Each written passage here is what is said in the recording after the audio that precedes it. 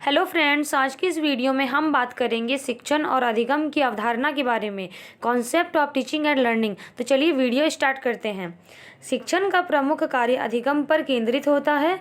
जब भी शिक्षण होगा तभी अधिगम होगा। इस प्रकार हम कह सकते हैं कि शिक्षण संप्रत्यय कॉन्सेप्ट ऑफ टीचिंग अधिगम के बिना कभी पूर्ण नहीं कहा जा सकता। ठीक है, इसमें क्या बोला जा रहा है? इसमें बोला जा रहा है कि शिक्षण जो है, शिक्षण का प्रमुख कार्य क्या है? अधिगम पर केंद्रित होता है। क्योंकि जब भी हम लोग कोई भी चीज़ किसी को पढ़ा रहे हैं तो हम लोग का मेन फोकस किस पे रहता है कि वो कुछ सीखे, वो लर्न करे। ठीक है, देखते हैं कि विभिन्न विद्वानों के द्वारा शिक्षण और अधिगम की क्या क्या अवधारणाएं हैं। देखिए, पहला है बीओ स्मिथ के अनुसार यह आवश्यक नहीं कि शिक्षण द्वारा अधिगम उत्पन्न हो। शिक्षण और अधिगम दोनों सर्वथा भिन्न है। स्मिथ के अनुसार तो शिक्षण क्रियाओं की वह प्रणाली है जिसके द्वारा अधिगम उत्पन्न करने की इच्छा की जाती है।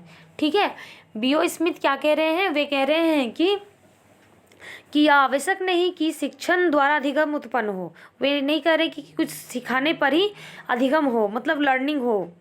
ठीक है, उनके वो कह रहे हैं कि शिक्षण क्रियाओं की वह प्रणाली है। शिक्षण जो है वो क्रियाओं की, हमारी एक्टिविटीज़ की ऐसी प्रणाली है जिसके द्वारा अधिगम उत्पन्न करने की इच्छा की जाती है।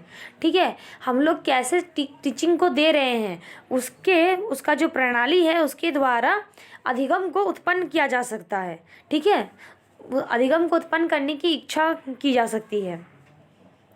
आगे हैं, थॉमस ग्रीन ने अपनी पुस्तक शिक्षण की क्रियाएं में स्पष्ट किया है कि शिक्षण के बिना अधिगम नहीं हो सकता, लेकिन अधिगम के बिना शिक्षण संभव है। ठीक है, शिक्षण का लक्ष्य अधिगम तो हो सकता है, लेकिन सारे ही शिक्षण से अधिगम हो ऐसा आवश्यक नहीं।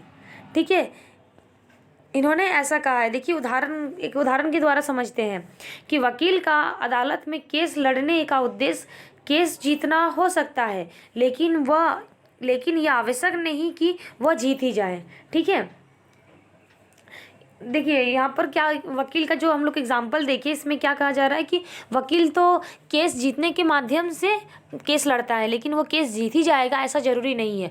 उसी तरह जब भी हम लोग किसी बालक को शिक्षा दे रहे हैं, जो हम लोग शिक्षा दे रहे हैं वो तो ठीक है, हम लोग उसको शिक्षण दे दिए, उसको टीचिंग करा दिए, लेकिन ज़रूरी नहीं कि वो शिक्षण से वो कुछ सीख ही जाए, उसने अधिगम कर लिया, ये ऐसा ज़रूरी नहीं है। ठीक है, आगे देखते हैं। बुर्नर कॉमिसार सेल्फेशन और गेज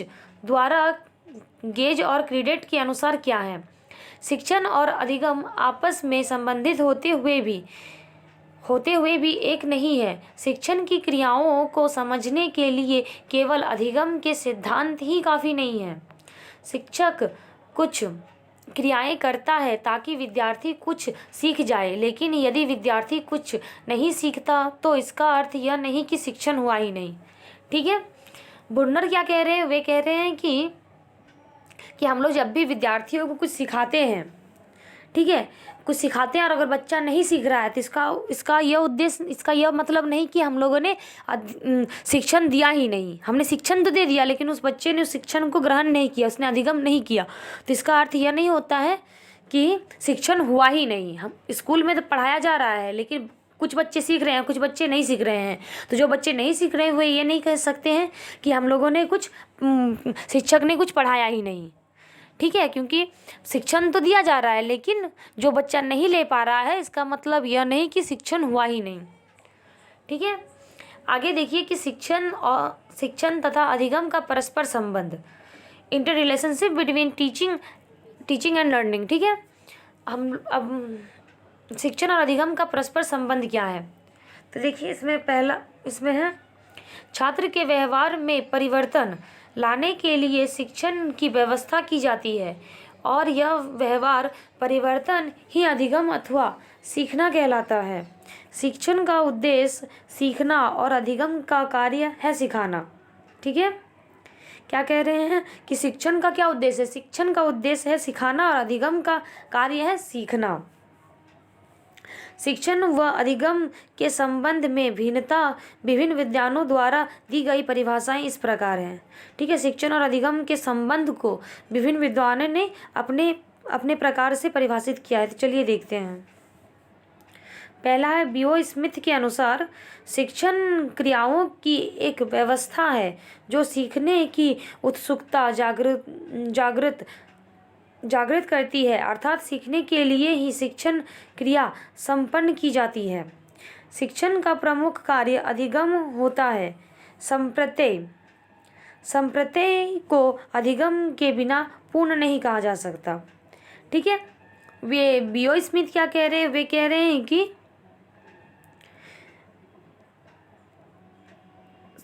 कह रहे हैं कि सीखने के लिए शिक्षण क्रिया संपन्न की जाती है। ठीक है, हम लोग कुछ सीखने के लिए शिक्षण हम लोग लाते हैं कि कुछ सीखना है तो चलो टीचिंग शिक्षण को लाया जाता है।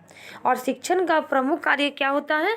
अधिगम होता है। शिक्षण मतलब जो हम लोगों ने टीचिंग दिया उसका हम लोग का प्रमुख कार्य यही होता है कि बच्चा कुछ सीख जाए, वो उससे लर्न करे। ठीक है, एन.एल. गेज के अनुसार शिक्षण व अधिगम की प्रक्रिया को एक दूसरे का पूरक मानते हुए स्पष्ट कर सकते हैं कि शिक्षण और अधिगम की प्रक्रियाओं को एक दूसरे में विलीन करके एक ऐसी मिश्रित प्रक्रिया का आयोजन किया जाए ताकि उससे अच्छे से अच्छे परिणामों की प्राप्ति हो सके। ठीक है, गेज के अनुसार गेज क्या कहते हैं? वे कहते हैं कि शिक्षण और अधिगम जो है वो शिक्षण व अधिगम की प्रक्रिया जो है वो एक दूसरे के पूरक होते हैं, वो दोनों एक दूसरे के अपोजिट होते हैं। शिक्षण और अधिगम की प्रक्रिया को एक दूसरे में विलीन करके एक ऐसी मिश्रित प्रक्रिया का आयोजन किया जाता है ताकि उससे अच्छे से अच्छे परिणाम की प्राप्ति हो। हम लोग टीचिंग और लर्निंग दोनों को मिलाकर, दोनों को जो शिक्षण और अधिगम है दोनों का एक ऐसा मिश्रण तैयार करते हैं जिससे बच्चे का फ्यूचर बने, बच्चा कुछ सीख जाए। ठीक है, ये दोनों का तालमेल अच्छा होना चाहिए। अगर बच्चे अच्छे से, टीचर जो पढ़ा रहे हैं बच्चे उसका अच्छे से ग्रहण ना करें तब भी शिक्षण और अधिगम का कार्य विफल हो जाएगा। और अगर शिक्षक अच्छे से पढ़ा लेकिन छात्र सुन नहीं रहे हैं तब भी शिक्षण कार्य बेकार हो जाएगा। और अगर छात्र तो अच्छे से सुन रहे हैं लेकिन शिक्षक अच्छे से नहीं पढ़ा रहे हैं तब भी शिक्षण और अधिगम का कार्य पूर्ण नहीं होगा। इसलिए दोनों एक दूसरे के पूरक हैं और दोनों कार्य सही होना चाहिए। देखिए, कुछ शिक्षा शास्त्री का मत है कि शिक्षण का अंत अधिगम में होता है। महान शिक्षा शास्त्री किलपैट्रिक ने कहा है कि जब तक बच्चा सीखता नहीं, शिक्षक ने पढ़ाया नहीं।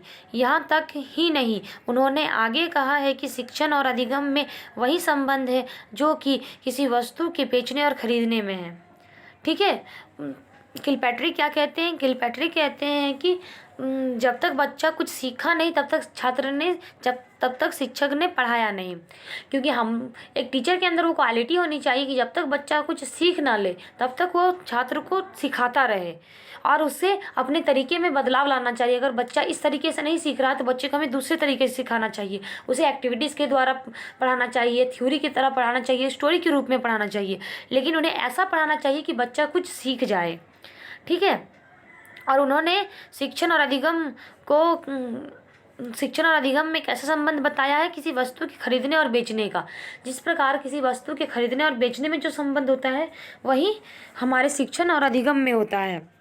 क्योंकि शिक्षण और अधिगम दोनों एक दूसरे के पूरक है। अगर छात्र अच्छा से पढ़े नहीं और शिक्षक अच्छा से पढ़ाए नहीं तब भी शिक्षण और अधिगम की क्रिया जो है वो विफल हो जाती है। और जब शिक्षक अच्छे से पढ़ा रहे हैं लेकिन छात्र अच्छे से नहीं सुन रहे तब भी शिक्षण और अधिगम की कार्य को जो है वो पूर्ण तरह से संपन्न नहीं होता है। इसीलिए शिक्षक को चाहिए कि जब तक छात्र सीखे नहीं तब तक उसे अच्छे से सिखाना चाहिए। ठीक है, ये रहा हमारा आज का टॉपिक, शिक्षण और अधिगम में क्या संबंध है और शिक्षण और अधिगम का क्या अवधारणा है। ठीक है, मिलते हैं नेक्स्ट वीडियो के साथ। अगर आपको बीएड के और भी टॉपिक्स चाहिए तो हमारे चैनल को लाइक शेयर एंड सब्सक्राइब जरूर करें। Thanks for watching.